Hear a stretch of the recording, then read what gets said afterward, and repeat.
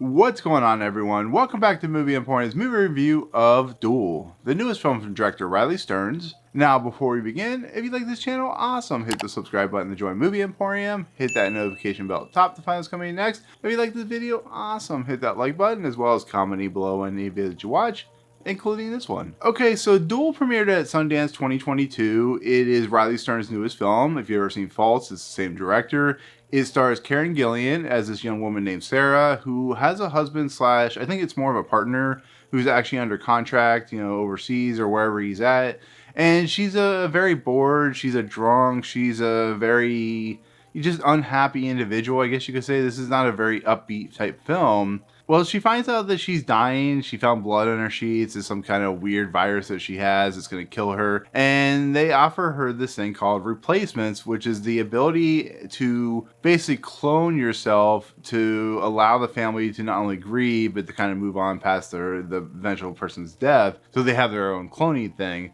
Well, in the case of everything that goes wrong, she finds out she's not dying and she has to involve herself in this thing called Duel, which is basically the clones have the ability to reject the fact that they're going to be decommissioned so they can fight the actual original person in a combat of death with like different types of weapons. So what does she have to do? She has to train. Here comes along Aaron Paul's character, who trains her in like the most strange ways, think of like Foot Fist Way in a lot of respects. So what does she have to do? She has to train for about a year to take down her clone, to kill her clone. And her clone is now integrated into her parents' life, and it's done in a very dry type of humorous way. So this movie premiered, like I said earlier, at Sundance 2022. It was a movie that actually got quite a mixed reception, believe it or not, which is not really surprising when it comes to Riley Stearns. He's not known for the most like positive inducing films. His films are either going to be really on one side or the other, so you're really going to hate it or love it. So coming out of what I've heard from Sundance, which unfortunately I was not able to see it makes a lot of sense, to be fairly honest. So with that said, it finally is releasing in theaters in the select markets, and after watching this movie, I am on the negative side, to be fairly honest, of this movie. I really did not like this movie at all. I think it's very tedious. I think it is very ugly in its performances. I think it is a very depressing film in a lot of respects. And I even think the humor that is supposed to be very dry and deadpan, it's very dark and is dark style of humor, doesn't really work to me, fairly honest. It's not funny. I hated every single character, including the main character played by Gillan, the one that you're supposed to root for and feel sorry for, just never gave me anything that felt kind of interesting at all. She just felt very bland and very uncomfortable and very depressing. There's never really a time where I felt like she was a real dimensional character, and I just think overall her character was really annoying, was really infuriating, and just like like scratches on a chalkboard and stuff like that. So I don't know, as this movie moves along, it just gets more and more I just want to kind of leave the theater, to be fairly honest. I just was really just kind of bored and really just not on board with anything that was going on in this movie. And I know it has a lot of subtext about like our human identity and how we view ourselves in the world, and how